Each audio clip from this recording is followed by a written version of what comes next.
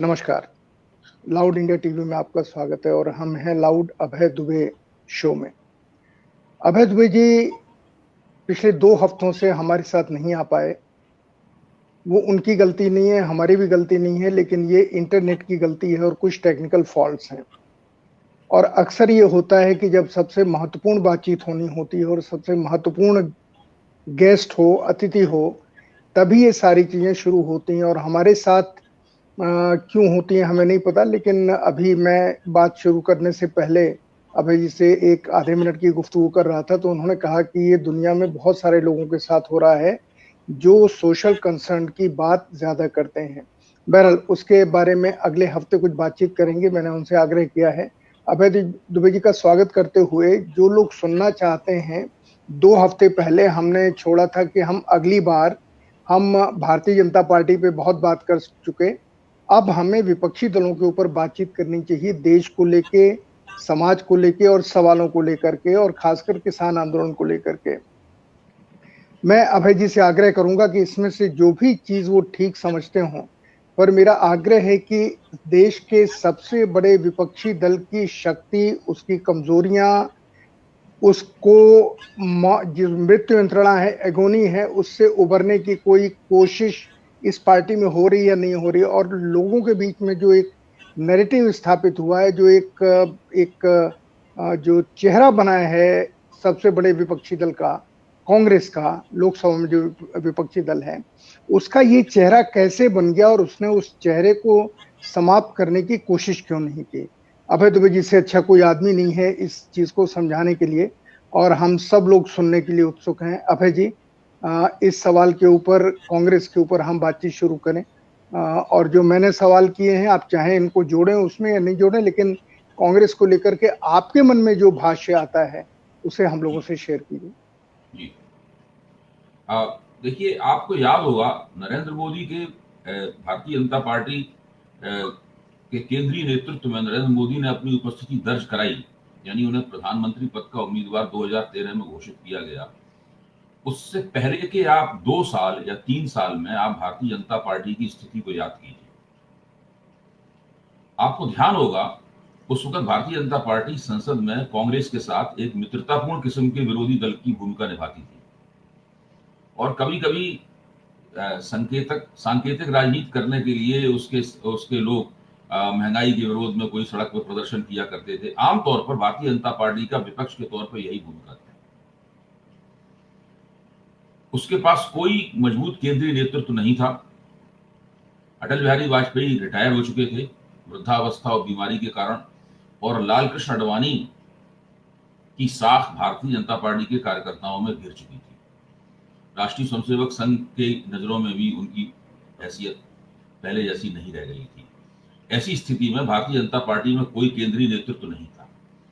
कार्यकर्ता थे, बहुत थे। भाजपा एक ऐसी पार्टी है जो राष्ट्रीय स्वयंसेवक संघ से लिए गए संगठन मंत्रियों के दम पर चलती है। तो मास पार्टी यानी जन पार्टी होते हुए भी हमेशा उसमें एक तरह की आपकी छवि रहती है कि वो कार्यकर्ता आधारित पार्टी, जबकि वो है नहीं। राष्ट्रीय स्वयंसेवक संघ कार्यकर्ता आधारित पार्टी है। तो ऐसी भारतीय जनता पार्टी हाथ पर हाथ रखे बैठी हुई थी। खासतौर से 2009 में कांग्रेस की जो जीत हुई थी, जो 2004 की जीत से बेहतर थी, भारतीय जनता पार्टी हाथ पे हाथ रखे बैठी हुई थी, यह सोचते हुए कि ये सरकार गलती करेगी तो उसका फायदा हमें ही होगा, क्योंकि इसके बाद सबसे बड़ी पार्टी हम है। तकरीबन कांग्रेस उसी मनस्थिति से गुजर रही है। आज की कांग्रेस उसी मनस्थिति से गुजर रही है कि मोदी सरकार गलतियां करेगी, उस गलतियों से जनता उसके खिलाफ नाराज हो जाएगी और उसका फायदा हमें मिलेगा, क्योंकि हमारे यहाँ उसके बाद सबसे बड़ी स्थिति, राजनीतिक स्थिति हमारी ही है। और बाकी सब क्षेत्रीय शक्तियां हैं या एक प्रदेश की पार्टियां हैं या हद से एक या 1.5 प्रदेश की पार्टियां हैं। तो पहली बात तो यह है कि जो पूरी भाजपा कांग्रेस के अंदर कोई राजनीतिक पहलकदमी लेने की इच्छा शक्ति नहीं है। आपको ध्यान होगा कि भारतीय जनता पार्टी का उभार भी तब शुरू होता है जबकि उसने एक राजनीतिक पहलकदमी लेने की शुरुआत की। वो तब हुई जब, जिसको हम भ्रष्टाचार विरोधी आंदोलन कहते हैं। भ्रष्टाचार विरोधी आंदोलन में कभी खुफिया तौर पर और कभी खुले तौर पर भारतीय जनता पार्टी, उसके संगठन राष्ट्रीय स्वयंसेवक संघ ने नियोजित रूप से एक हस्तक्षेप किया। वो एक ऐसा हस्तक्षेप था जो दिखाई भी पड़ता था और नहीं भी दिखाई पड़ता था। वो संघ और भाजपा के जरिए नहीं, विवेकानंद फाउंडेशन और दूसरे इस तरह के संगठनों के जरिए होता। बिल्कुल। यानी उन्होंने कहीं ना बिल्कुल। कहीं राजनीति को नियोजित रूप से प्रभावित करने की शुरुआत की।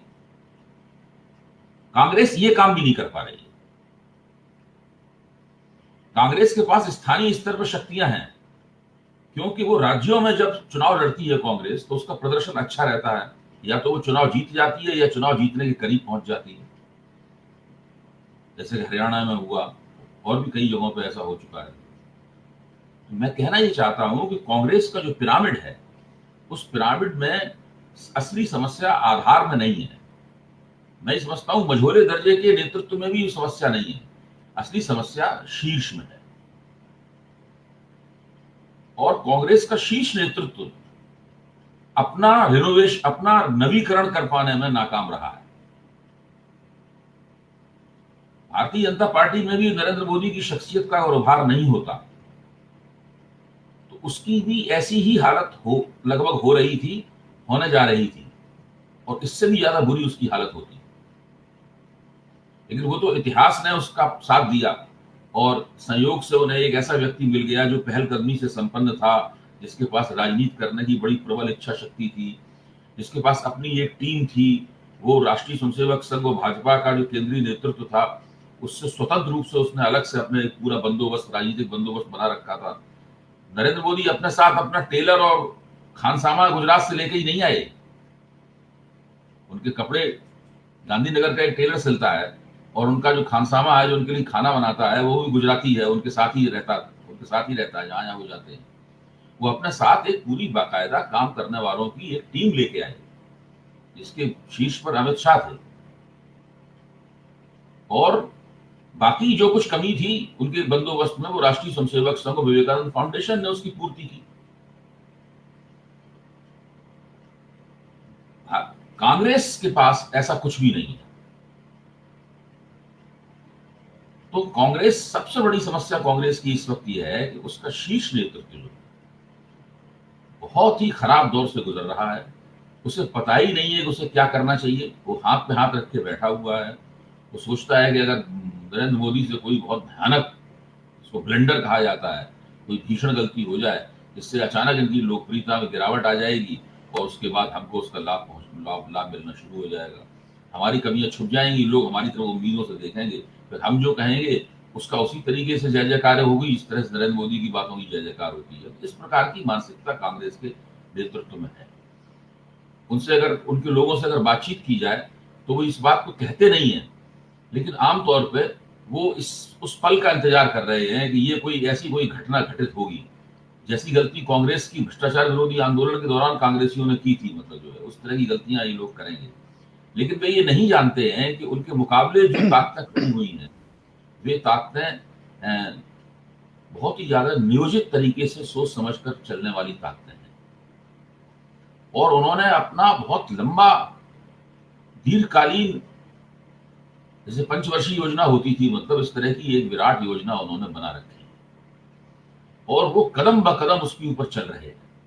आप नरेंद्र मोदी की राजनीति करने की शैली को अगर मोहन भागवत के विज्ञान भवन में दिए गए 2018 के 3 भाषणों के साथ मिलाकर पूरे को पढ़ें, तो आपको स्पष्ट हो जाएगा कि वे लोग एक बहुत ही दीर्घकालीन योजना पर काम कर रहे हैं। जो योजना, नरेंद्र मोदी का काम है चुनाव जीतना, लेकिन उस चुनाव जीतने से जुड़ी हुई और दूसरी बातें हैं, उन पर दूसरे लोग काम कर रहे हैं। जैसे हम लोग कई बार आप लाउड इंडिया के मंच पे कह चुके हैं कि ये एक आज्ञापालक समाज बनाने की पूरी परियोजना है, जिसके ऊपर राष्ट्रीय स्वयंसेवक संघ लगातार काम कर रहा है। आप मोहन भागवत के वो वक्तव्य पढ़ें, और डॉक्टर कृष्ण गोपाल ने, जो राष्ट्रीय स्वयंसेवक संघ की एक दूसरी बड़ी स्थापित हस्ती हैं, उन्होंने इलाहाबाद के पंत संस्थान में एक भाषण दिया था, जिसका शीर्षक था, जो बाद में पंत संस्थान ने एक ओकेजनल पेपर के रूप में, बुकलेट के रूप में प्रकाशित भी किया। उसका शीर्षक था संघर्ष विहीन समाज सुधार। इस तरह का कुछ शीर्षक था उनका। भारतीय परंपरा तो वो होती है, इसमें संघर्ष, बिना संघर्ष के ही समाज में सुधार वगैरह होता रहे। बिल्कुल। तो इन तमाम बातों पे वो लोग काम कर रहे हैं और हम लोगों के पास इन बातों को समझने की न दृष्टि है, न मादा है, न हमारे अंदर इस तरह की कोई इच्छा है। ये सब जो पूरा उनका पूरी राजनीति और सांस्कृतिक राजनीति, कल्चरल पॉलिटिक्स उनकी है, चुनावी राजनीति जो उनकी है, हिंदुओं के अंदर काम, हम लोगों का ध्यान इस पर ज्यादा रहता है कि वो मुसलमानों के खिलाफ उन्होंने क्या बोल दिया। ठीक है, उसके ऊपर ध्यान रहना भी चाहिए, मतलब मुसलमानों के ऊपर रहना भी चाहिए ध्यान, लेकिन मुख्य बात यह है कि वो हिंदुओं के बीच में कैसी राजनीति करते हैं, इसकी काट कर पाने में कांग्रेस और दूसरे विपक्षी दल नाकाम है। मुसलमानों के अभय जी, खिलाफ जो बोलते हैं और करते हैं उसकी काट तो हम लोग कर देते हैं बयानों से, मतलब, और मुस्लिम जनता भी उपलब्ध है विपक्ष के लिए। भाजपा के विरोध में सब लोग वोट देते हैं, सारे मुसलमान वोट देते हैं, तो वो पूरे के पूरे पूरी जनता जो है वो तो विपक्ष के लिए उपलब्ध है ही। असली समस्या ये है कि हिंदू समाज के ऊपर से विपक्ष और कांग्रेस की जो पकड़ होनी चाहिए वो पकड़ बहुत ढीली हो गई। हाँ अभय जी, मैं आपसे आपसे यहाँ पर एक सवाल है जिसका उत्तर जानना चाहूंगा, वो ये कि 2013 से पहले औपचारिकता वशी सही, लेकिन भारतीय जनता पार्टी कुछ कार्यक्रम करती रहती थी।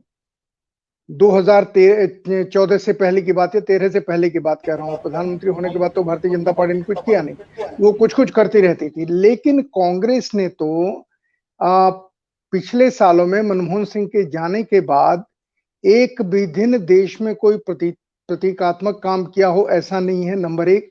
नंबर दो, इंदिरा गांधी, राजीव गांधी, नरसिम्हा राव के जमाने में और मनमोहन सिंह के जमाने के बाद की अब की कांग्रेस में क्या फर्क है?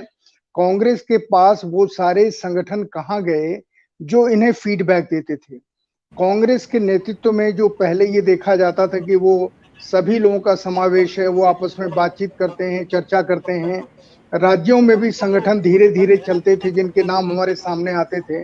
मनमोहन सिंह के समय ये संगठन ज्यादा खत्म हुए, पर उसके पहले तक तो कांग्रेस के राज्यों में संगठन चलते थे। अब तो हालत यह है कि उत्तर भारत में, किसी दक्षिण का मुझे पता नहीं, लेकिन उत्तर भारत के किसी भी राज्य में कोई कांग्रेस का संगठन है ही नहीं। अगर कोई पार्टी, राजनीतिक पार्टी अपने को ये मानती है कि उसे दिल्ली की राजनीति करनी या केंद्र की राजनीति करनी है, केंद्र में सत्ता प्राप्त करनी है, तो उसका राज्य का संगठन तो मजबूत होना चाहिए। किसी भी राज्य में कांग्रेस का कोई संगठन मजबूत नहीं है। यहां तक कि उत्तर प्रदेश में आपने जिक्र किया था एक बार, और हम सब जानते हैं कि प्रियंका गांधी को इनको मोर्चे पे लाना पड़ा, और प्रियंका गांधी भी उत्तर प्रदेश में कुछ भी कर पाने में लगभग शून्य साबित हुई है। तो वो एक मुट्ठी आपकी बंद थी, आपने उसको भी खोल दिया। और राहुल गांधी के ऊपर जो एक चस्पा हो गया है, उनकी इमेज, उस इमेज को तोड़ने की कोई कोशिश न कांग्रेस ने की, न कांग्रेस के बुद्धिजीवियों ने की, न कांग्रेस के नेताओं ने की, बल्कि उसे अकेले छोड़ दिया। अब ये पता नहीं कि ये काम राहुल गांधी खुद ये आत्मघाती कदम उठा रहे हैं कि अपने ऊपर एक इमेज को हावी होने दे रहे हैं, उसे तोड़ नहीं रहे हैं। और नरेंद्र मोदी जी के लिए तो ये बहुत आसान है कि राहुल गांधी की उस इमेज को जिंदा रखना, ताकि जब वक्त आए तो वो उसका इस्तेमाल अपने स्थायित्व के लिए कर सकें। इसका मैं उत्तर जानना चाह रहा हूँ। देखिए, आपके इस प्रश्न को मैं 3 हिस्सों में तोड़ के संबोधित करूंगा। पहला हिस्सा ये है कि कांग्रेस के राज्यों में संगठन की क्या स्थिति है। इसको हमें राज्यों को देखा जाए तो 2 हिस्सों में बांट के देखना चाहिए। पहला हिस्सा वो है जिसमें उन जिन राज्यों में कांग्रेस के संगठन की अच्छी स्थिति है, जहां कांग्रेस भारतीय जनता पार्टी से मुख्य मुकाबले में है, और वहां उसके पास क्षेत्रीय नेता भी है और उसके पास संगठन भी है, और वो सत्ता में आने की हमेशा, या तो सत्ता में आ जाती है, सत्ता में आने की दावेदार रहती है। ऐसे शायद 12, अगर हम लोग उंगलियों को गिने तो 12 से लेकर 15 राज्य ऐसे हो सकते हैं जहां कांग्रेस अभी भी क्षेत्रीय स्तर पर अच्छी सांगठनिक स्थिति में है। दूसरे राज्य वो हैं जहां किसी जमाने में कांग्रेस अपनी प्रबल स्थिति में हुआ करती थी, लेकिन वहां पर उसके संगठन का पूरी तरीके से क्षय हो गया, जैसे कि उत्तर प्रदेश है, बिहार है, या इस तरह के राज्य जो हैं जहां कांग्रेस के संगठन का पूरी तरह क्षय हुआ है, और उसको दोबारा स्थापित कर, अपने संगठन को दोबारा खड़ा कर पाने में कांग्रेस नाकाम है। ऐसे राज्य कांग्रेस के दुर्भाग्य से बहुत बड़े राज्य हैं जिनके जरिए बहुत बड़े पैमाने पर सीटें मिलती हैं, बड़ी संख्या में सीटें हासिल की जाती हैं। तो वहां पर कांग्रेस की जो गिरावट हुई है, उससे कुल मिलाकर उससे लोकसभा में उसकी उसकी संख्या बहुत कम हो जाती है। तो राज्यों के संगठन की तो ये स्थिति है। जहां तक सड़कों पर कुछ प्रतीकात्मक राजनीति करने की, आंदोलनकारी राजनीति करने की बात है, तो हमें ध्यान रखना चाहिए कि अपनी बुरी से बुरी स्थितियों में भी भारतीय जनता पार्टी के पास एक स्वपरिभाषित अध्यक्ष हुआ करता है। जब भारतीय जनता पार्टी के केंद्रीय नेतृत्व में आपस में लतियाव चल रहा था, उस वक्त भी उनके पास कभी नितिन गडकरी अध्यक्ष के तौर पर होते थे, कभी राजनाथ सिंह जी अध्यक्ष के तौर पर होते थे। तो हमेशा उनके पास कोई न कोई अध्यक्ष रहता था, जो अध्यक्ष संगठन के कामकाज की जो बुनियादी जरूरतें हैं, उन जरूरतों को पूरा करता रहता था। भाजपा का राजनीतिक ग्राफ ऊपर नहीं चढ़ रहा था, इसके बावजूद भी जो सत्ता जो सांगठनिक जिम्मेदारियां थी, उन जिम्मेदारियों को पूरा किया जा रहा था। कांग्रेस की स्थिति यह है कि उनके पास सुपरिभाषित अर्थों में लंबे अरसे के कोई अध्यक्ष ही नहीं है। सारा कुछ पदार्थवाद है, मतलब सारा कुछ एडवोकेजम के दम पर चल रहा है। राहुल गांधी व्यवहारिक रूप से अध्यक्ष हैं, तकनीकी रूप से अध्यक्ष नहीं है। यानी वो अध्यक्ष के रूप में किए गए निर्णयों की जवाबदेही उनकी नहीं है, लेकिन सारे निर्णय वही लेते हैं। राज्यसभा की सीट किसको मिलनी है, ये राहुल गांधी तय करेंगे। किस राज्य में किसको अध्यक्ष बनाना है, किसको हटाना है, ये राहुल गांधी की पसंद के आधार पर मोटे तौर पर तय होता है। लेकिन उनसे इन चीजों का कोई सवाल पूछा नहीं जा सकता, क्योंकि वो अध्यक्ष है ही नहीं। तो जब संगठन में इस तरह की स्थिति हो जाए और वो स्थिति चलती रहे लगातार, बावजूद इसके कि संगठन में वरिष्ठ नेता पत्र लिख रहे हैं और उन नेताओं के साथ में सोनिया गांधी की एक तरह की बातचीत भी होती है, ये सारे काम भी हो चुके हैं। इन बातों के खिलाफ ऐसी नहीं कि कांग्रेस के अंदर चेतावनी ना दी गई हो, बाकायदा लिखित रूप से चेतावनी दी गई है, रिकॉर्ड पे दर्ज है। और उस चेतावनी के ऊपर हम सब लोग चर्चाएं भी कर चुके हैं, राजनीतिक समीक्षा भी उस चेतावनी की हो चुकी है। और उस चेतावनी के कारण बहुत से लोगों का राज्यसभा का, जो गुलाम नबी आजाद का राज्यसभा का कैरियर क्यों खत्म हो गया, इसीलिए खत्म हो गया, वरना राज्यसभा में अभी वो होते किसी न किसी रूप में, उनको बना दिया जाता था राज्यसभा का सदस्य। कहने का मतलब केवल ये है कि कांग्रेस का जो शीर्ष नेतृत्व है वो पूरी तरीके से निष्क्रिय है। वो संगठन चलाने की जो बुनियादी तकनीकी आवश्यकताएं हैं वो भी पूरे नहीं कर रहा है। मान लीजिए आप चौथी दुनिया के संपादक हैं, तो चौथी दुनिया को चलाते रहने के लिए जो उसकी बुनियादी जरूरतें हैं वो तो पूरी आप करते ही है ना। जो परिस्थितियां हैं उसके मुताबिक अखबार निकलता है। कोई भी संगठन हो, चाहे वो राजनीतिक पार्टी हो या कोई मीडिया का संगठन हो, कोई हो, उसकी कुछ बुनियादी जरूरतें हैं, एक बुनियादी प्रोटोकॉल, एक बुनियादी संहिता होती है संगठन चलाने वाली। मैंने कई बार सुझाव दिया है, अपने कांग्रेसी मित्रों को व्यक्तिगत रूप से सुझाव दिया है, सार्वजनिक रूप से बोलते हुए लिखते हुए सुझाव दिया है कि इनको चाहिए कि एक कांग्रेस का वर्किंग प्रेसिडेंट बना दें। आपको ध्यान होगा कांग्रेस में वर्किंग प्रेसिडेंट की भी एक बड़ी पुरानी परंपरा है। भाई अर्जुन सिंह एक जमाने में वर्किंग प्रेसिडेंट हुआ करते थे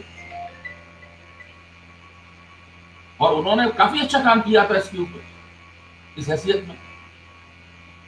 तो इनको चाहिए कि एक वर्किंग प्रेसिडेंट बना दें जो कि कांग्रेस संगठन की जो मशीनरी होती है उस मशीनरी की सफाई करवाता रहे, उसके अंदर ऑयलिंग करवाता रहे, वो मशीनरी चलती रहे। फिर जब राजनीतिक परिस्थिति आएगी, अनुकूल परिस्थिति आएगी, तो कम से कम उनके पास संगठन बुनियादी रूप से तैयार तो होगा उसका लाभ उठाने के लिए। लेकिन ये बड़े ताज्जुब की बात है, तो ये अपने आप में एक शोध का विषय है कि वो वर्किंग प्रेसिडेंट भी नहीं बना रहे हैं। अरे भाई, अगर वो गांधी परिवार से बाहर किसी व्यक्ति को भरोसा नहीं है तो गांधी परिवार के भीतर से ही एक वर्किंग प्रेसिडेंट बना दीजिए। एक इतनी बड़ी पार्टी जिसको पार्टी संगठन चलाने का कितना पुराना तजुर्बा है, मेरे ख्याल से 1.5-2 साल होने जा रहे हैं उनके पास। जब से राहुल गांधी ने इस्तीफा दिया उनके पास कोई अध्यक्ष नहीं है, कोई राष्ट्रीय स्तर पे कोई संयोजक भी नहीं है उनके पास। अब इसमें अभय जी, जिस चीज के ऊपर जो आप जो आप कह रहे हैं, इसमें एक चीज का जवाब और दीजिए। राहुल गांधी स्पष्ट रूप से पब्लिकली जो उनका कमिटमेंट है या जो उन्होंने घोषणा की है कि मैं पार्टी का अध्यक्ष नहीं बनूंगा, और साथ ही उन्होंने ये भी कह दिया कि गांधी परिवार का कोई भी से मतलब उनकी बहन प्रियंका गांधी भी कांग्रेस का अध्यक्ष नहीं बनेगी। ये उन्होंने घोषणा की, कोई बाहर से आदमी ढूंढ के लाइए। अब कांग्रेस के भीतर आपस में चर्चा ये है कि जो ये कहेगा कि मैं अध्यक्ष बन के चलाता हूं, उसको पार्टी से पूरी तरह से निकाल दिया जाएगा। ये एक अजीब स्थिति है, ये मानसिक स्थिति है। इस स्थिति नंबर का एक। भी एक मोड़ है, इस स्थिति का भी नहीं, एक हल है। एक मिनट सर, मैं मिला के बात करूं। एक और इसका रूपक का वो अनुपूरक प्रश्न है। वो ये है कि जिस कांग्रेस में ये परंपरा थी कि वो अपने कार्यकर्ताओं से उसका नेता मिलता ही मिलता था, इंदिरा जी रही हों, राजीव गांधी रहे हों, यहां तक कि नरसिम्हा राव जी रहे हों, सीताराम केसरी रहे हों, ये सारे वो लोग थे जो लगातार कार्यकर्ताओं से मिलने के दिन तय करते थे और मिलते रहते थे और उनकी बात सुनते थे। मनमोहन सिंह नहीं मिलते थे तो उस समय सोनिया गांधी मिलती थी, जब वो मनमोहन सिंह प्रधानमंत्री जब तक थे 2009 तक तो वो मिलती ही थी सबसे, तभी तो उसके बाद उनकी खराब सामने आई है। अब मेरा आपसे ये पूछना है कि ये कांग्रेस में कहां से ऐसी एक परम निराशा की संभावना, अरे एक भावना पैदा हो गई कि हमें लोगों से मिलना ही नहीं है। और कांग्रेस के तदर्थ अध्यक्ष हों, प्रैक्टिकली अध्यक्ष हों, जैसे भी हों, राहुल गांधी या प्रियंका गांधी, इनको जनता से मिलने में, जनता छोड़ दीजिए, इनके अपने कार्यकर्ताओं से मिलने में इनको क्यों संकोच होता है, क्यों उनकी बात नहीं सुनते हैं। और जो लोग मिलते हैं राहुल गांधी से वो ये कहते हैं कि राहुल गांधी ये कहते हैं कि अच्छा ये सब तो मैं जानता हूं, आगे बताइए। कोई बात जो कार्यकर्ता की एक भावना होती है कि अगर नेता उसकी बात सुन ले तो उसका कलेजा चौड़ा हो जाता है, पर यहाँ तो कार्यकर्ताओं का ही कलेजा छलनी किया जा रहा है।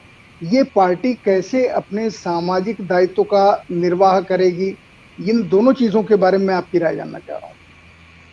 मैं मेरे मेरे मेरे पास जो सूचनाओं का आधार है और आपके पास जो सूचनाओं का आधार है और हमारे आपके ऐसे राजनीतिक समीक्षकों के पास जो सूचनाओं के आधार हैं वो तकरीबन एक से ही है।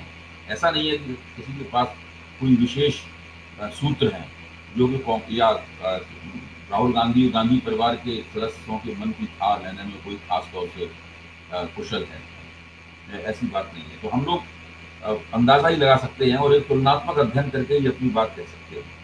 मुझे क्या लगता है कि कांग्रेस और भाजपा जैसी पार्टियां अगर लंबे अरसे तक कोई चुनाव न जीते, कोई बड़ा चुनाव न जीते और आगे चुनाव जीतने की संभावना भी न दिखाई पड़े, तो उनके नेतृत्व में और पूरी पार्टी में काफी जबरदस्त निराशा का भाव आ जाता है। आप 2004 से लेकर और 2000 भ्रष्टाचार विरोधी आंदोलन शुरू होने से पहले तक, यानी 2011 तक, ये 7 साल का समय था। इस 7 साल के समय में भाजपा भी इसी तरह की निराशाजनक स्थितियों से गुजर रही है और कांग्रेस भी इसी तरह की निराशाजनक स्थितियों से गुजर रही है। आपको ध्यान होगा जब 1977 में जनता पार्टी ने कांग्रेस को हरा दिया था चुनाव, तो 2.5 साल के अंदर कांग्रेस की वापसी हो गई थी, उन्हें दोबारा सत्ता प्राप्त हो गई थी।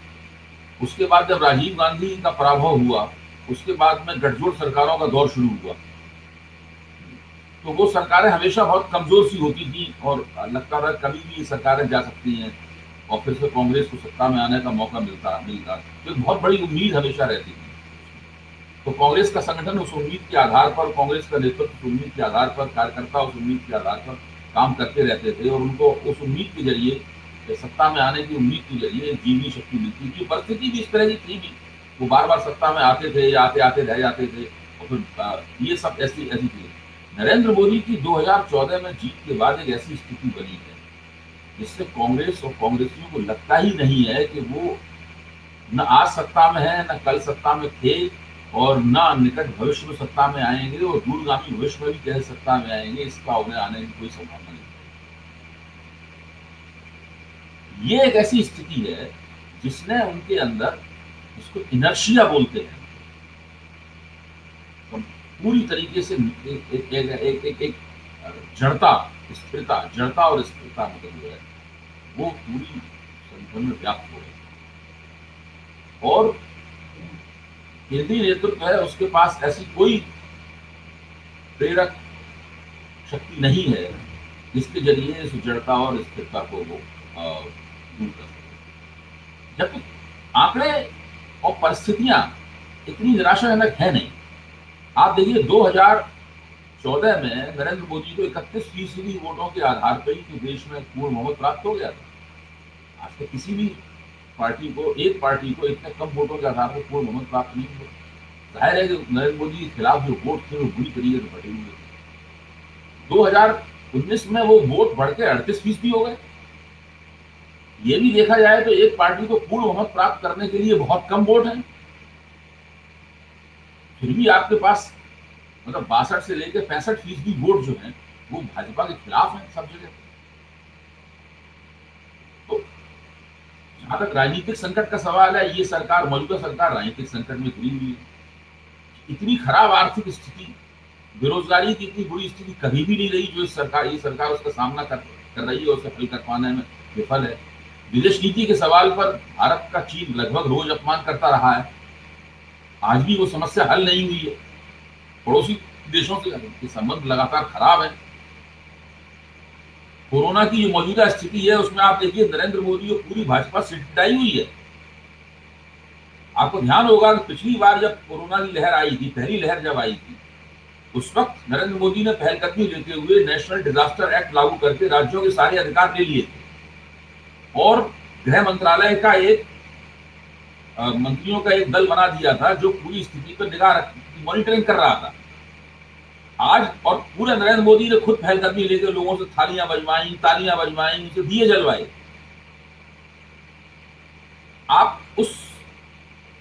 आप इन सब कामों को आज कोरोना की लहर उससे भी ज्यादा भयानक है। आज का फेटिलिटी रेट भी ज्यादा है, आज की संक्रमण की दर भी ज्यादा है, आज हमारी स्वास्थ्य प्रणाली पर ज्यादा बुरा असर पड़ा हुआ है पहले के मुताबिक। लेकिन इस तरह के कोई काम नरेंद्र मोदी नहीं कर रहे हैं। उन्होंने गेंद राज्यों के पाले में डाल रखी है,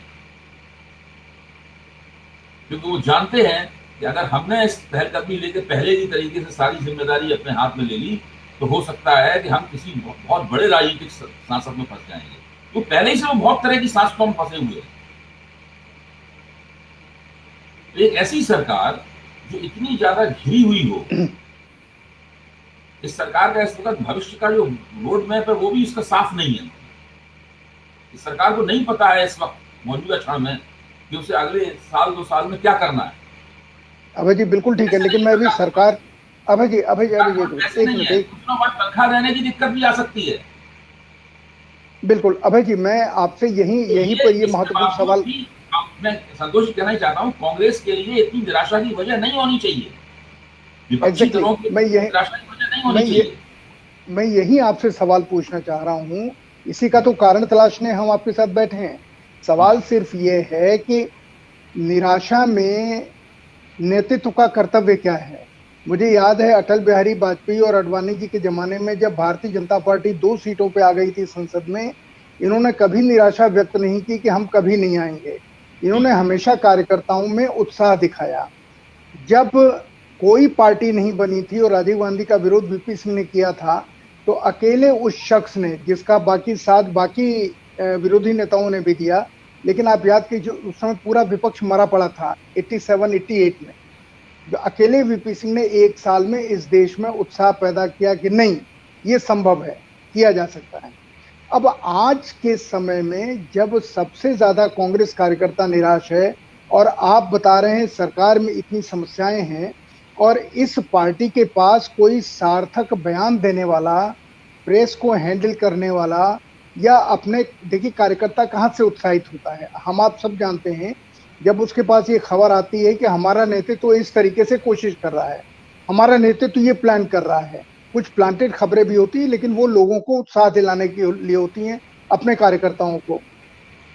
निराशा का कर्तव्य जिसे डॉक्टर लोहिया कहते थे, ये पार्टी निभा ही नहीं पा रही है। अपने कार्यकर्ताओं में एक नया पैसा उत्साह नहीं पैदा कर पा रही है। जो आप कह रहे हैं कि न आज न कल न परसों कभी हम सत्ता में आ सकते हैं, तो ये राजनीतिक नेतृत्व की जो बेहोशी है या उसकी जो एक परमानेंट बेहोशी में वो कोमा में जा रही है, उससे उभरने की कोई कोई जिसको कहते हैं कोई जिजीविषा नजर नहीं आती, किसी तरीके की कोई किलिंग इंस्टिंक्ट नजर ही नहीं आती। तो ऐसी पार्टी जिसको मैं फिर आपसे पूछता हूँ, सामाजिक दायित्व या राजनीतिक दायित्व को कैसे निभाएगी, जो देश किसान आंदोलन को लेकर के उत्साह की कगार पर है या निराशा की कगार पे, जो भी कहते हैं, लेकिन किसी कगार पे चल तो रहा है।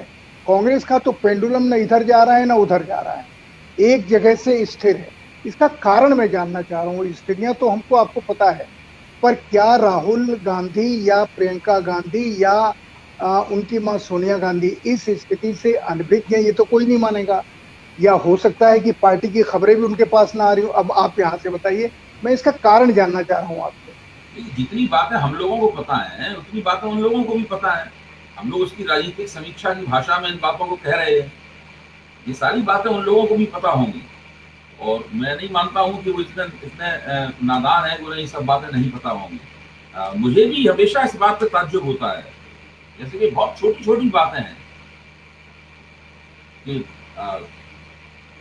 पार्टी का एक कार्यकारी अध्यक्ष बना दें जो मुख्य तौर पर हम लोग देख चुके संगठन की बुनियादी जरूरतों को पूरा करता रहे, और बाद में उस कार्यकारी अध्यक्ष को वो क्या निर्णय लेने हैं, ये निर्णय राहुल गांधी उसको बता दिया करेंगे। सोनिया गांधी से वो पूछ लिया करेगा कि भाई हमें ये काम करना है, फलानी जगह किसको नियुक्त करना है, किसको कहाँ जिम्मेदारी देनी है। ये सारे काम गांधी परिवार की मर्जी होते रहेंगे, और छोटे मोटे फैसले वो खुद भी लेता रहेगा। ये काम भी वो करने के लिए वो लोग तैयार नहीं है। तो ये आश्चर्य की बात है मेरे लिए। और कांग्रेस के लिए और विपक्ष के लिए जरखेज जमीन है, राजनीतिक रूप से जमीन उपजाऊ है, इसमें कोई शक की बात नहीं है। अब इसमें कांग्रेस के साथ साथ अगर विपक्ष के दूसरे थोड़े बहुत हिस्सों पर भी हम लोग गौर कर रहे हैं संक्षेप में, आगे विस्तार से भी गौर करेंगे।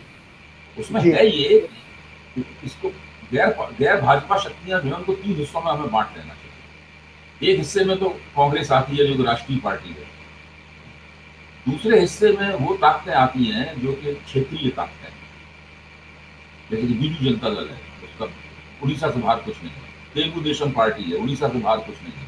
या जो पार्टी इस वक्त सत्ता में है, YSR रेड्डी कांग्रेस है आंध्र प्रदेश में, उससे ज्यादा, या TRS है तो तेलंगाना से बाहर कुछ भी नहीं है। द्रविड़ पार्टियों का तमिलनाडु से बाहर कुछ भी नहीं है। इस तरह की क्षेत्रीय पार्टियां हैं जो बहुत ही, अकाली दल है तो वो केवल पंजाब में है या कहीं सिखों में कहीं मामूली तौर पर उनकी एकात्मक रूप से कोई एक शाखा होती है, आमतौर पर वो पंजाब आधारित पार्टी है। एक तो ये क्षेत्रीय दल है। ये समाजवादी पार्टी और RJD को भी का भी जिक्र कीजिए। नहीं, मैं उनको अलग तीसरी कैटेगरी में ला रहा हूँ। ओके। ये जो पार्टियां हैं जिसमें समाजवादी पार्टी आती है, बहुजन समाजवादी पार्टी आती है, लालू यादव की पार्टी आती है, नीतीश कुमार की पार्टी आती है, ये जो पार्टियां हैं मैं इन्हें सामाजिक न्याय की राजनीति करने वाली पार्टियां कहता हूँ। ये भारतीय राजनीति में एक तीसरी कैटेगरी है। और पूरे 90 के दशक में जब कांग्रेस विरोधी सरकारें केंद्र में बनती थी तो उसमें इन पार्टियों का बहुत हाथ होता था। ये सर में जनता पार्टी, जनता दल की पैदाइश और उसकी विभिन्न संतानें हैं, तरह तरह की संतानें हैं। मेरे कहने का मतलब ये है कि अगर भारतीय ये खतरनाक शब्द है, तरह तरह की संतानें हैं। मैं ये कह रहा हूं कि गैर भाजपा शक्तियां जितनी हैं, आप इन शक्तियों को देखें तो जो क्षेत्रीय पार्टियां हैं, द्रविड़ पार्टी, बीजू जनता दल, इन सबको छोड़ने आ रहा, तो बाकी इन सबकी साख अपने ही जनाधार में पूरी तरीके से गिर चुकी है। भारतीय जनता पार्टी का जो मौजूदा प्रभुत्व और बना है इस देश की राजनीति में, उसमें प्रमुख भूमिका जो है निभाई है सामाजिक न्याय की पार्टियों की गिरी हुई साख। देखिए, हम रोना रो रहे हैं कांग्रेस का, कांग्रेस अपने यहाँ एक कार्यकारी अध्यक्ष नियुक्त नहीं करती है। इन पार्टियों के पास तो उनके अध्यक्ष नहीं। और दरअसल मायावती, बहुजन समाज पार्टी को देखिए आप, वो तो पूरी अध्यक्षोन्मुख पार्टी है, मायावती केंद्रित पार्टी है पूरी की पूरी। तो इसके बावजूद भी ये पार्टियां कुछ क्यों नहीं कर रही है? ये पार्टियां क्यों हाथ में हाथ रखे बैठी हैं? ये पार्टियां देश के बड़े बड़े हिस्सों के अंदर स्वतंत्र रूप से सरकारें बना चुकी हैं। 2007 में मायावती को पूर्ण बहुमत प्राप्त हुआ, बिल्कुल 2013 में फिर अखिलेश यादव को पूर्ण बहुमत प्राप्त हुआ। मेरे कहने का मतलब सिर्फ यही है कि जो सामाजिक न्याय की पार्टियां हैं, ये वास्तव में उन्होंने क्या सामाजिक न्याय किया, इस सब पर हम लोग कभी चर्चा कर सकते हैं। ये भी अपने आप में शोध का विषय है।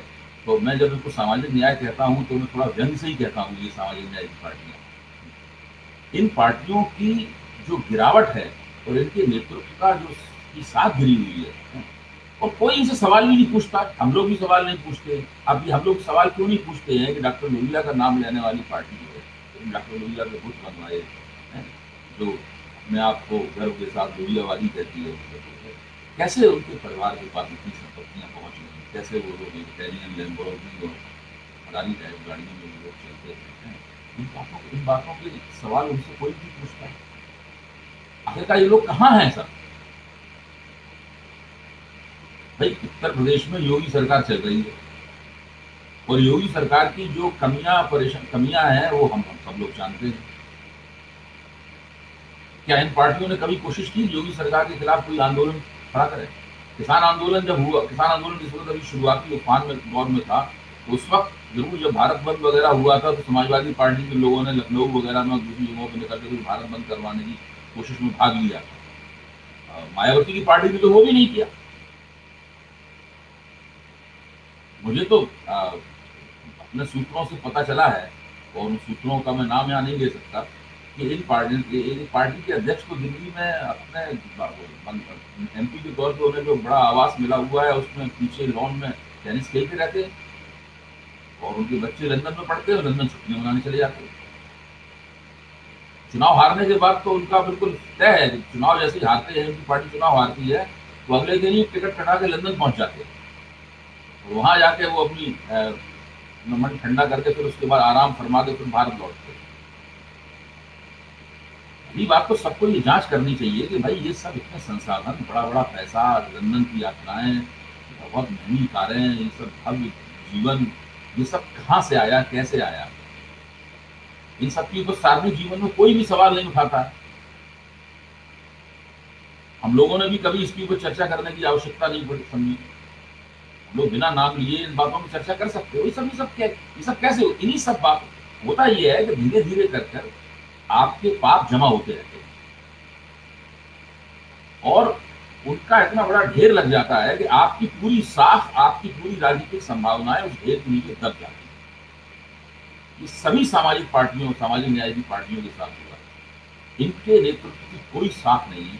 इनकी जो पब्लिक थी, यानी इनकी जो जनता थी, वो जनता, उस जनता का एक खासा बड़ा हिस्सा इनकी अपनी बिरादरियों को छोड़ के निकल के भारतीय जनता पार्टी के साथ चला गया है।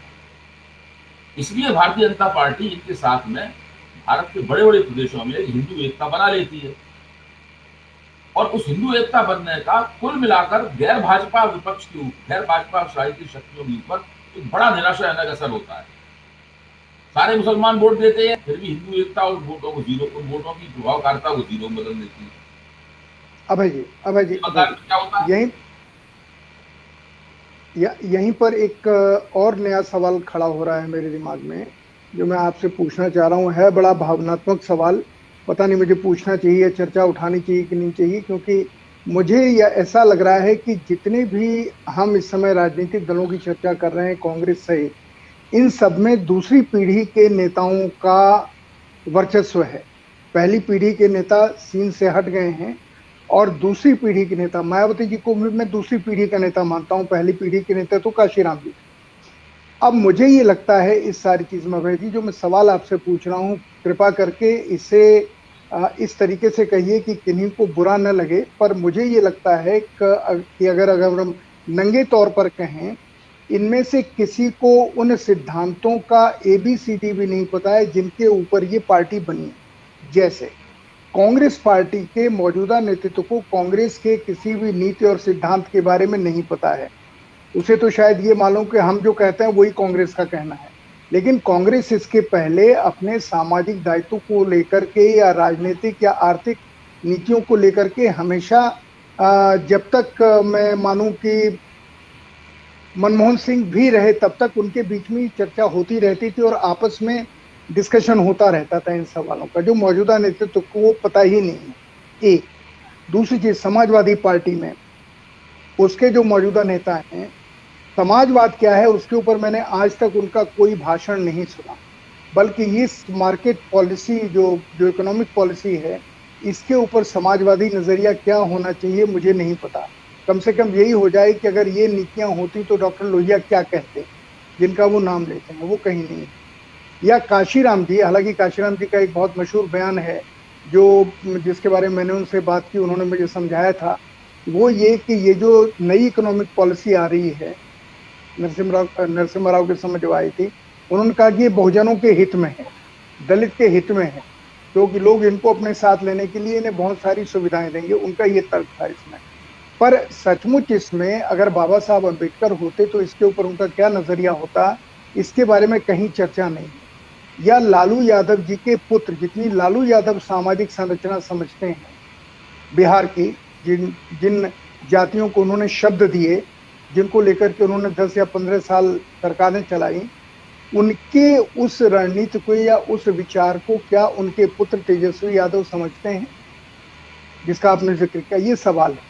तो इन सवालों को लेकर के ऐसा लगता है कि जैसे जैसे पुरानी पीढ़ी विदर्भ हो रही है, सीन से हट रही है, फैसले नहीं ले पाती, आजकल भी इतनी मानसिक उलझन की स्थिति में भी, यानी कि भूल जाते हैं मुलायम सिंह यादव, अभी भी जब वो 10 साल पुरानी बात करते हैं तो एकदम साफ बात करते हैं, समाजवाद क्या है, कैसे है। मुझे याद है रामविलास पासवान जब बात करते थे तो वो सारे नारे उनको याद थे, कंठस्थ थे, जो उन्होंने कर्पूर जी और लोहिया जी के साथ रह के सीखे थे।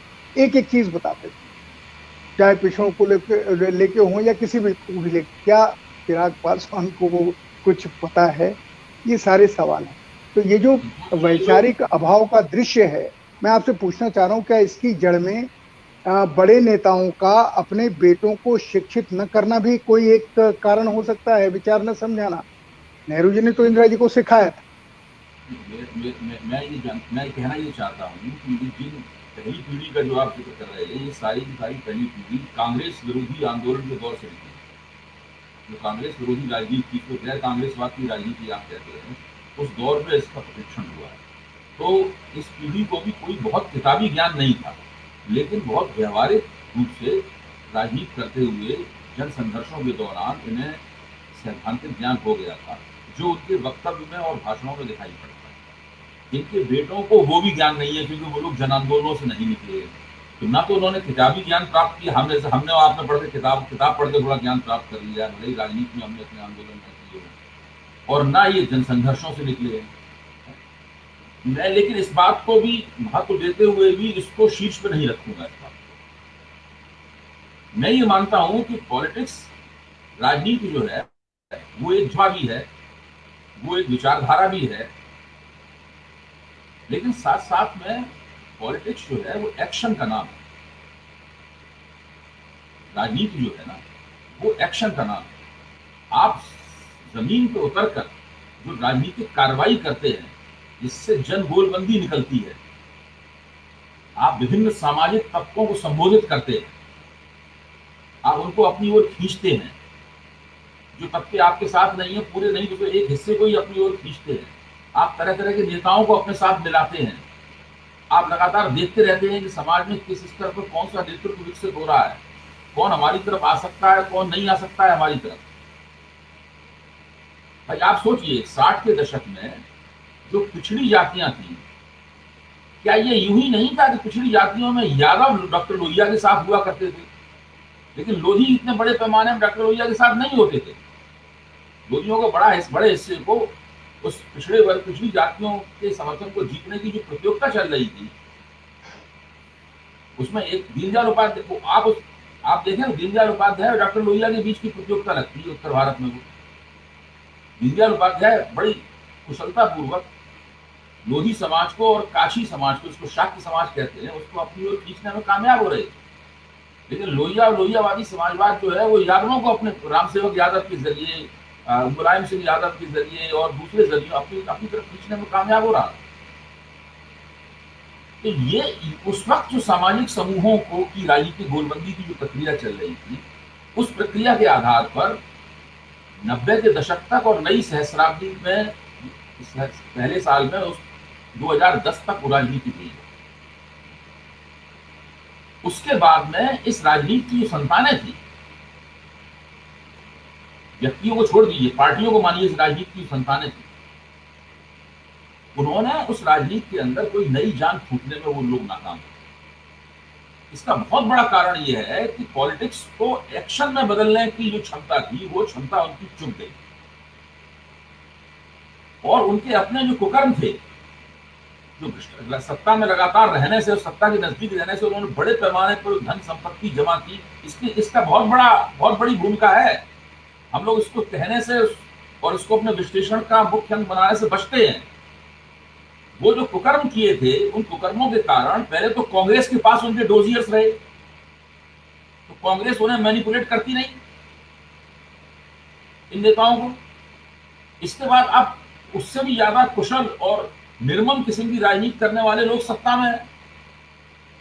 कांग्रेस में फिर भी एक तरह की उदारता और ढीलापन रहता था, दूसरों की भी गुंजाइशें रहती थी उसके अंदर। जो मौजूदा सत्ता है वो तो कंट्रोल एंड कैप्चर की पॉलिसी में चल रही है, सीसी, जिसको हम लोग पहले वो सीसी, इनकी पॉलिटिक्स तो सीसी की है। इन लोगों ने डोजियर्स रखे हुए हैं और उन डोजियर्स के डर के मारे ये सब लोग चुपचाप अपने अपने दिलों में बंद बने रहते हैं, कोई कुछ भी नहीं करता है। अगर आप इनके वक्तव्यों का एक पूरा तखमीना तैयार करें तो आप पाएंगे 6-7 महीने में एक आध वक्तव्य आता है इन लोगों ने यहां से। इन लोगों की पार्टियों का पूरी तरह भट्टा बैठा हुआ है। अब आपसे आखिरी सवाल एक पूछ, बिहार में जो स्थिति थी, बिहार में अगर ये लोग पहले चेत जाते, अगर तेजस्वी यादव पहले चेत जाते और ज्यादा व्यवस्थित तरीके से चुनाव लड़ते, तो बाद में उन्होंने टिकट बांटने में और दूसरे कामों में जो गलतियां हुई, इसकी वजह से चुनाव नहीं जीत पाए, सबसे बड़ी पार्टी बन के रह गए। अगर पहले चेत जाते ये, तो हो सकता है इस वक्त बिहार में तेजस्वी यादव की सरकार होती। जी, ये जो पिछले पूरे 90 के दशक में और पूरे पहले सदी के पहले दशक में सामाजिक न्याय की पार्टियों ने जो राजनीति की है, उस राजनीति की दो सबसे बड़ी कमियां थी। पहली तो यह है कि उन्होंने भ्रष्टाचार करने की सारी सीमाएं तोड़ दी, नंगा भ्रष्टाचार, इतना भ्रष्टाचार किया कि उस भ्रष्टाचार के पैसे की आपस में बंटवारे के सवाल पर इनके परिवारों में आपस में जूता लात हुआ। लालू यादव की पार्टी में भी हो चुका है, समाजवादी पार्टी में भी हो चुका है और बहुजन समाज पार्टी के अंदर भी हो चुका है। मंच पे हम लोगों ने जूतों में दाल बटते हुए देखी है। मैं खुद उन बहसों में टीवी पे भागीदारी करता रहा हूं, जब लोग एक दूसरे को माइक पर खड़े होकर चोर और भ्रष्ट बोल रहे थे। हम क्यों इन बातों को भूल जाते हैं? अच्छा, फिर हमें यह भी सोचना चाहिए कि ऐसी पार्टियों की बहबूदी क्यों होनी चाहिए। आप सोचिएगा, अभी हम लोग लाउड इंडिया टीवी पर हैं, ईमानदारी से सोच सकते हैं, हमारे पीछे बहुत बड़ी पूंजी नहीं है, हमारी ऊपर कोई दबाव नहीं है, हम ये बात बोलें ये बात ना बोलें, ना हमारे ऊपर ना आपके ऊपर। आप बताइए, ऐसी पार्टी जिसका नेतृत्व मंच पर खड़े होकर एक दूसरे को चोर और भ्रष्ट और कह रहा है, नीच कह रहा है एक दूसरे को, ऐसी पार्टी को लोग क्यों वोट दें? क्यों देना चाहिए लोगों को वोट? ऐसी पार्टी कल रसातल में चाहती तो आज चली जाए बेहतर। बिल्कुल बिल्कुल। अब आपसे तो इन्होंने एक तो भ्रष्टाचार किया, दूसरे जिन सामाजिक समुदायों को पहले वो लोग होशियारी के साथ संबोधित करते थे और सबको मौके देते थे, टिकट बांटते थे, इस तरह एक वास्तव में पिछड़े वर्ग का नेतृत्व उभरता था, वो काम करना भी बंद कर दिया। केवल एक बिरादरी की पार्टियां बनकर रह गई। इन तमाम चीजों का लाभ, संचित लाभ भारतीय जनता पार्टी को मिला। तो भारतीय जनता पार्टी की नरेंद्र मोदी के नेतृत्व की न केवल अपनी खूबियां उनको आगे बढ़ा रही हैं, बल्कि इन लोगों की खामियां भी उनको आगे बढ़ा रही हैं। बिल्कुल बिल्कुल। अब आखिरी सवाल मैं आपसे पूछता हूं, ओवरऑल वो ये है कि इस सारी स्थिति में भी क्या दृष्टि इतनी बाधित हो गई है इन विपक्षी राजनीतिक नेताओं की, मतलब इतने ये धृतराष्ट्र हो गए हैं, जो भी शब्द इस्तेमाल कीजिए, कि इन्हें ये दिखाई नहीं देता कि सारे देश में किसानों को लेकर के एक जागरण है, थोड़ा हो कम हो जो भी हो, और इन लोगों में इतनी हिम्मत नहीं हुई कि साफ साफ खड़े होकर के किसान आंदोलन का समर्थन करें एक, और किसानों के समर्थन में अलग से रैलियां करें बड़ी बड़ी, सारे देश में एक नया माहौल बनाते। जितने भी विपक्षी नेताओं के नाम आपने लिए हैं, मायावती जी को छोड़ दीजिए बिना एक बार में, पर बाकी नेताओं के बारे में तो ये बात की जा सकती है कि उनका तो भरोसा आंदोलन में है। कम से कम अगर खत्म होते होते भी क्षीण सा भी विचार या परंपरा अपने दल की उनको पता हो, तो इन सवालों के ऊपर उनको आंदोलन करने में क्या जाता था किसानों के समर्थन में। पर न कोई उनके पक्ष में आंदोलन कर रहा है और न उनके पक्ष में वैचारिक मत रख रहा है इस आर्थिक नीति को लेकर के जो जिसका किसान विरोध कर रहे हैं, या देश की अर्थनीति किसानों को प्रमुख मान करके बने, इस तरीके की वेजिटेरियन डिमांड भी कोई नहीं कर रहा है। तो मेरा ये कहना है कि ये सचमुच वैचारिक रूप से, राजनीतिक रूप से शून्य हो चुकी हैं। तब फिर तो ये मानना चाहिए कि उस अंधेरे में जैसा भी दिया जलेगा वही सबसे महान रोशनी देने वाला माना जाएगा, चाहे वो भारतीय जनता पार्टी हो या आरएसएस हो या कोई और अथॉरिटेरियन या जिसको कह सकते हैं कि एक सामान्य ताकत हो। नैतिक ताकत तो बची नहीं इस देश में, तो इसको कैसे समावेश करेंगे। लेकिन मैं पहले भी इस बात को कहता रहा हूँ और आप मेरी बात से सहमत भी थे कि ये बात सही है, किसान आंदोलन के मंच पे शुरू में नेताओं का स्वागत नहीं था। किसान आंदोलन एक गैर राजनीतिक तो मैं नहीं कहूँगा, गैर दलीय आंदोलन था। कोई भी आंदोलन गैर राजनीतिक नहीं होता है, नॉन पॉलिटिकल नहीं होता, लेकिन नॉन पार्टी मूवमेंट आज भी है गैर दलीय आंदोलन। इस गैर दलीय आंदोलन पर पार्टियां अपने झंडे और नेताओं के साथ नहीं आ सकती। ऐसे मौके पर जरूरी ये होता है कि पार्टियां स्वतंत्र रूप से कुछ नागरिक मंच बनाएं, सिटीजन्स के कुछ प्लेटफॉर्म बनाएं, अपने अपने प्रभाव क्षेत्रों में उसमें अपने कार्यकर्ताओं को उतारें और उनके कार्यकर्ता जन गोलबंदी करें और जगह जगह इस आंदोलन का समर्थन करने वाली, इस आंदोलन की आवाज को बुलंद करने वाली और समाज के अन्य तत्वों तक ले जाने वाले राजनीतिक कार्यक्रम दिए जाए। ठीक वैसा ही करें जैसा कि भारतीय जनता पार्टी और राष्ट्रीय स्वयंसेवक संघ ने 2011, 12, 13 में भ्रष्टाचार विरोधी आंदोलन के जमाने में किया। भाई हमारे हम लोग को नहीं हम लोग भी भ्रष्टाचार विरोधी आंदोलन में अन्ना हजारे का नाम हमको लेने में कोई दिक्कत नहीं होनी चाहिए। हाँ, क्योंकि बेसिकली वो अन्ना आंदोलन के नाम से ही जाना जाता है। हाँ, बिल्कुल ठीक कह रहे हैं आप। मेरा कहना यह है कि वो भी एक गैर दलीय हस्ती थे ना, वो एक नॉन पार्टी हस्ती थे और उसको समाज में समर्थन मिले, समाज में हमदर्दी प्राप्त हो, इसके लिए मोमबत्तियां लेके जो जुलूस छोटे छोटे निकलते थे उनकी बहुत महत्वपूर्ण भूमिका थी। उन सरकार के खिलाफ जो भी असंतोष हो, चाहे निर्भया कांड के कारण पैदा हुआ असंतोष हो या दूसरे कारणों से पैदा हुए असंतोष हो, वो सारे असंतोष एक जगह मिल जाते थे और वो एक विरोध करने वाली, एक रेजिस्टेंस करने वाली पब्लिक बनी थी। वो पब्लिक हर जगह पहुंच जाती थी, चाहे वो बोट क्लब पे होने वाली रैली हो या कहीं हो, चाहे जो वाटर कैनन का सामना कर रहे हैं लोग, तो ये सब हो रहा था। क्या रामलीला मैदान में जमा हो रहे हो, ये सब कर पाने में भी ये विपक्षी दल नाकाम रहे। इन्होंने 11, 12, 13 की भाजपा ने जो नीति अपनाई थी उससे भी कोई सबक नहीं सीखा। इसका सीधा मतलब ये है कि ये लोग कहीं ना कहीं इनका मन बुरी तरीके से मर गया है और ये अपने ही पापों के बोझ से दबे हुए। मन, राजनेता का मन क्यों मरता है? ये अपने पापों के बोझ से दबे हुए हैं, डरे हुए हैं। इनको लगता है कि अगर सरकार के खिलाफ ज्यादा खुल के सामने आए तो ज्यादा गोलबंदी करते हुए नजर आए तो इन्हें किसी न जांच एजेंसियों के शिकंजे में फंसा दिए जाएंगे और इन्हें जेल भेज दिया जाएगा। इन्हें नहीं, इनके परिवारों को जेल भेज दिया जाएगा। इनकी जो शान शौकत है, शान शौकत खत्म हो जाएगी। इनकी बहुएं, इनके भाई, इनके भतीजे, इनके भांजे, ये सब नप जाएंगे बुरी तरीके से। इनके जो बहुत से बेनामी संपत्तियां हैं वो जब्त कर ली जाएंगी। इनके जो फार्म हाउसेज हैं, इनके जो विदेशों में घर हैं या और भी जो जिन रिजॉर्ट्स पे, इन सैरगाहों में छुट्टियां मनाने जाते हैं,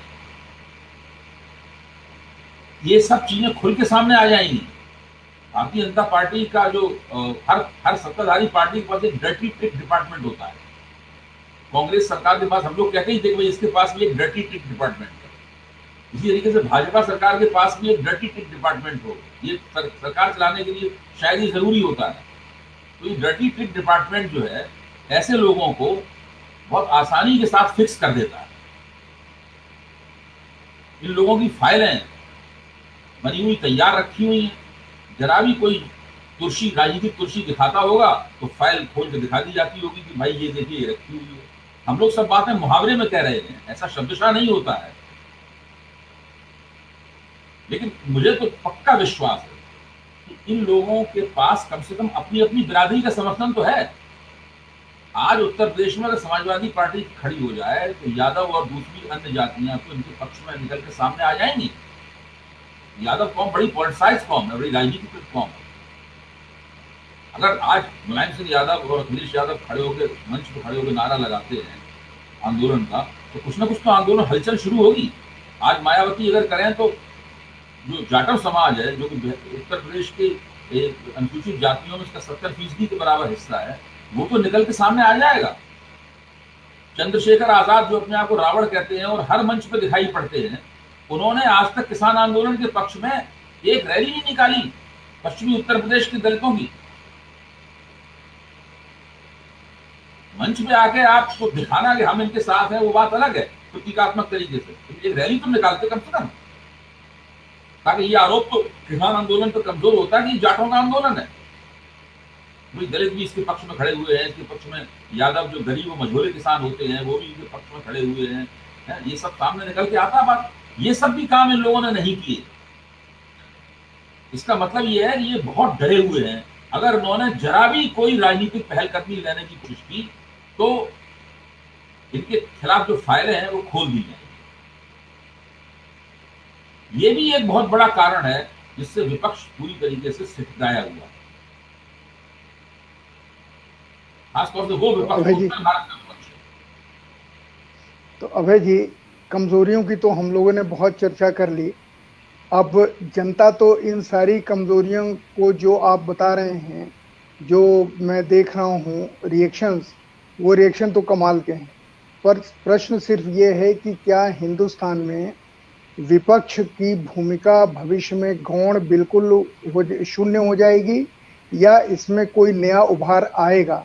इसके बारे में हम अगले हफ्ते किसी भी विषय पे बात करें। पर एक सवाल ये मैं ज़रूर आपसे पूछूंगा कि कमजोरियों की बात हमने कर ली विपक्ष की, और विपक्ष की कमजोरियां राजनीतिक रूप से नहीं, लेकिन जनता की, जो आपकी बात से मैं समझा हूँ, जनता की समस्या उठाने में, उसकी तकलीफ सामने लाने में जो विपक्ष का रोल होना चाहिए, उससे विपक्ष दूर भाग रहा है। तो वो सारी चीजें सामने आएंगी कैसे? अगर लोकतंत्र का ये हिस्सा कमजोर रहा तो क्या लोकतंत्र बुरी तरह से और चरमराने के रास्ते पे तो नहीं चल पड़ेगा? तो आपको मैं बहुत धन्यवाद देता हूँ इस सारी बातचीत के लिए। लोगों को बहुत आपकी बात पसंद आई, जो मैं रिएक्शन देख रहा हूँ सामने, और हम आगे इन सवालों को दरकिनार तो नहीं करेंगे, लेकिन धीरे धीरे 2 मई नजदीक आ रही है, जब जिसका जिक्र आप भी कई बार कर चुके हैं कि 2 मई का इंतजार इस देश के बहुत सारे लोग कर रहे हैं। हालांकि आंदोलनकारियों ने एक साफ कर दिया है कि हमसे 2 मई से कोई मतलब नहीं है, हम तो अपने आंदोलन में मुब्तला हैं और हम उसमें लगे रहेंगे। एक कबीर की तरीके से फकीरी में उनको आनंद आ रहा है और कह रहे हैं कि हम तो रहेंगे यहीं पे। 6 साल चाहिए, अब 4 साल नहीं, अब तो कह रहे हैं 6 साल रहेंगे। उसका उन्होंने सामान इकट्ठा करना शुरू कर दिया है। तो ये कमाल का दौर है। और एक अफवाह और है जो मैं आपसे शेयर कर लूँ कि कोरोना को लेकर के दिल्ली में जो इतना शोर हो रहा है, किसानों को ये आशंका है कि इसी बीच में ये पैरामिलिट्री फोर्सेस या उससे और ताकतवर फोर्स लगा के किसानों को दिल्ली बॉर्डर से हटाने का प्लान कहीं हो रहा है। अब ये अफवाह कहाँ से पहले पता नहीं, पर किसानों के बीच में इसे लेकर के चिंताएं बहुत ज़्यादा बढ़ गई हैं। एनीवे, हम अगले रविवार को जब अभय जी से बातचीत करेंगे तब तक बहुत सारी चीज़ें और सामने आ चुकी होंगी। अभय जी, आपको बहुत बहुत धन्यवाद। और ये चर्चा लोगों को बहुत पसंद आई, बस इतना मैं आपसे कह सकता हूँ। और ऐसी चर्चाएं नहीं होती हैं, शायद इसका भी एक कारण है कि लोगों को पसंद आ रही है और लोग इसके साथ जुड़ना चाहते हैं। आपको बहुत बहुत धन्यवाद। और आपसे मैं इस कार्यक्रम को समाप्त करने की अनुमति चाहता हूँ। अगले इतवार 11 बजे तक के लिए हम दर्शकों अभय जी से विदा लेते हैं। अभय दुबे लाउड शो से, और हम लोग अगले रविवार 11 बजे फिर मुलाकात करेंगे। नमस्कार।